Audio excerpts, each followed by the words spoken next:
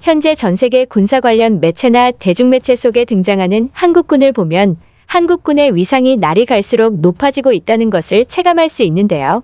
미국의 전략 시뮬레이션인 커맨드 앤 컨커에서는 연합국 소속으로 한국군이 등장하여 러시아군과 자강두천의 전투를 벌이는 장면이 나오고 연합군 내에서 손꼽히는 전력을 가진 군대로 묘사되는가 하면 제3차 세계대전을 다룬 각종 전쟁 소설에서도 한국군이 단독으로 중국 또는 러시아 기갑 전력과 맞짱을 뜨는 내용이 나오기도 합니다.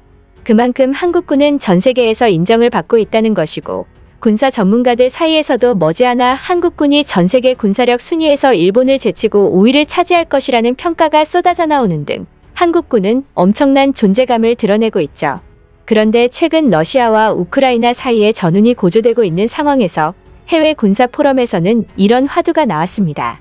만약 우크라이나가 한국 정도의 육군 전력을 보유하고 있었다면 과연 러시아가 우크라이나를 침공할 수 있을까라는 화두였죠. 또한 이에 대한 연장선으로 만약 러시아 육군과 한국 육군이 붙는다면 어떤 일이 일어날 것인지에 대한 논쟁이 여러 전문가와 밀덕들 사이에서 이어졌는데요. 놀라운 결론이 도출되어 외국인들의 이목을 집중시켰습니다. 어떤 일인지 자세히 알아보겠습니다. 가끔씩 전문가들은 한국의 육군을 두고서 거대하다는 표현을 쓰곤 하는데요. 그 말대로 한국은 가히 상상을 초월하는 초거대 규모의 육군을 보유하고 있습니다. 2021년 기준 총 병력 53만여 명 중 거의 39만 5천 명에 가까운 지상군 병력을 보유하고 있고 3세대 전차가 주축이 된 기갑전력, 그리고 2,500문에 달하는 자주포를 중심으로 하는 포병 전력 등 종합적인 육군력에서 한국은 그야말로 압도적인 전력을 보유하고 있죠.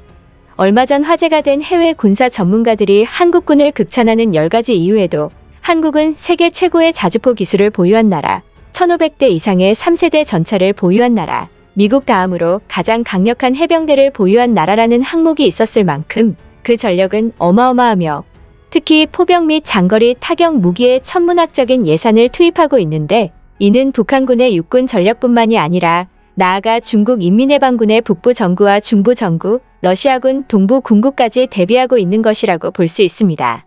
즉 한국은 언제든지 군사대국들과 싸울 준비를 하고 있는 것이고 그에 상응하는 전력을 갖고 있는 것이죠.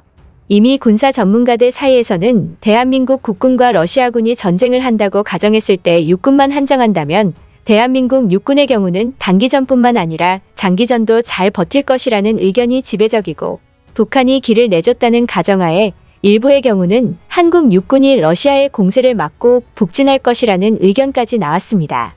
아무리 러시아 육군이 전력을 집중시킨다고 하더라도 현재의 한국 육군을 상대하기는 어려울 것이라는 거죠.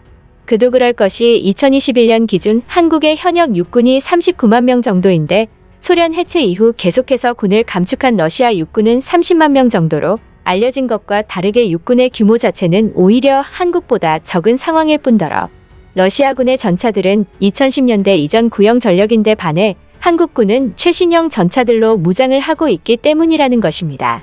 당장 3세대 전차만 보더라도 한국군이 러시아군보다 500대가량이 더 많은데 한국군은 러시아군이 없는 3.5세대 전차도 250대 이상 넘게 보유하고 있죠. 또한 포병 전력은 한국 국방부가 포방부라고 불릴 만큼 러시아도 소련 시절부터 화력을 중시해 왔는데도 불구 현재 러시아군보다 국군이 더 우세한 수준입니다. 한국군은 K9 자주곡사포와 K55A1을 비롯한 최고 성능의 155mm 이상급 자주포 체계를 서방권에서 최다 운용 중이고 러시아군도 한국군과 비슷한 152mm 이상 자주포 체계를 최다 운용 중이긴 하나 총 화력에서 압도적으로 한국이 능가하죠. 즉 해외 군사 전문가들은 양국 육군 전력을 정밀 분석했을 때 육군끼리 맞붙었을 경우 한국군이 방어자 입장이면 2008년 그루지아 전쟁에서 보여준 러시아 지상군의 중심 돌파 이론은 사실상 불가능하다는 결론을 도출했고 서부 군관구, 남부 군관구에 배치된 지상군을 전부 다 투사할 수 없는 데다가 그 정도 희생을 감당해야 할 이유가 없다고 분석했습니다. 즉 러시아군이 한국 육군을 상대로 맞불을 놓으며 전투 세력을 투입하는 것은 그야말로 맨 땅에 헤딩을 하는 꼴이라는 거죠. 특히 군 전문가들은 제7기동 군단에 대해서도 분석하며 극찬을 아끼지 않았는데요. 다들 알다시피 제7기동 군단은 1980년대 초반에 창설된 부대로 전차와 기계와 보병 그리고 자주포로 구성된 강력한 기계화보병 사단만을 두고 있는 명실상부한 대한민국 최강의 군단이자 세계적으로도 손꼽히는 화력을 보유 중인 최상급 기동전 제대입니다. 제7기동군단만 가지고도 어지간한 나라의 육군을 문자 그대로 압도할 수 있으며 이 군단은 영국, 독일, 프랑스 육군의 전차를 다 합친 것보다 많은 전차를 가지고 있는 군단으로도 유명하죠. 밀리터리 프레스 매체의 전문가들은 현재도 제7기동군단과 정면 대결할 수 있는 육군은 미국 육군, 러시아 육군, 중국 육군밖에 없으며 군단끼리만 대결한다고 가정했을 때 제7기동군단을 이길 수 있는 군단은 미국 육군의 완편된 군단밖에 없다고 평가했으며 머지않아 3.5세대 전차를 2000대 이상 보유하게 되는 한국 육군의 성장 속도를 감안했을 때 2030년이면 한국 육군을 상대할 수 있는 국가는 전 세계에서 미국과 중국밖에 없을 것이라는 전망을 내놓았습니다. 그렇다면 현재 한국과 중국이 육군으로만 붙으면 어떻게 될지 또한 궁금해지는데요. 다수의 전문가들은 한국군이 전력상 우위에 있다고 보긴 하지만 이러한 전력상 우위는 기동전력이 아니라 포병전력에 의한 것으로 기동전력은 중국과 대등한 편이라는 평가를 받습니다. 다만 확실한 건 주력부대만 서로 비교하면 한국군이 우위에 있는 것은 분명하고 전문가들은 한국이 방어자의 입장에서 보면 많이 유리하다고 진단하고 있는 상황이죠. 한반도는 삼면이 바다로 둘러싸여 있고 험준한 지형 특성상 방어에는 유리하고 공략하기는 어려운 측에 속합니다.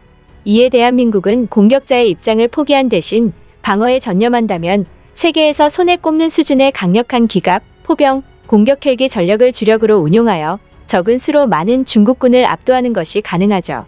즉 육군을 한정한다면 중국은 한국이 방어군이 될 입장인지라 승리를 장담할 수 없으며 특히나 아시아권에서 러시아를 제외하면 사실상 인도와 더불어 중국군을 정면에서 방어할 수 있는 군대는 한국군이 유일합니다. 질적 문제에 약간은 의문부호가 생기는 인도와 경제력 문제가 발목을 잡을 수 있는 러시아와 다르게 한국군은 경제력 자체도 현 군대를 유지하는 데 모자람이 없고 질적인 면에서도 서방 세계에서 거의 5위 이내에는 무조건 든다고 봐도 무방할 만큼 육군 전력이 막강하다는 것이죠. 때문에 중국군 입장에선 한국 육군은 거슬릴 수밖에 없는 존재입니다. 정면으로 싸우자니 승리를 장담하기 힘들고 오히려 육상 전력만으로 비교하면 역으로 패배할 가능성도 있기 때문에 그만큼 한국의 군사력 증강을 중국이 민감하게 받을 수밖에 없는 것이죠. 이처럼 한국군의 위상이 날이 갈수록 높아짐에 따라 대중매체 속에서 한국군이 등장하는 빈도가 높아지고 있는데요. 앞으로 더욱 발전하여 누구도 인정할 수밖에 없는 군사 강국이 되길 바라면서 영상 마치겠습니다. 끝까지 시청해주셔서 감사합니다.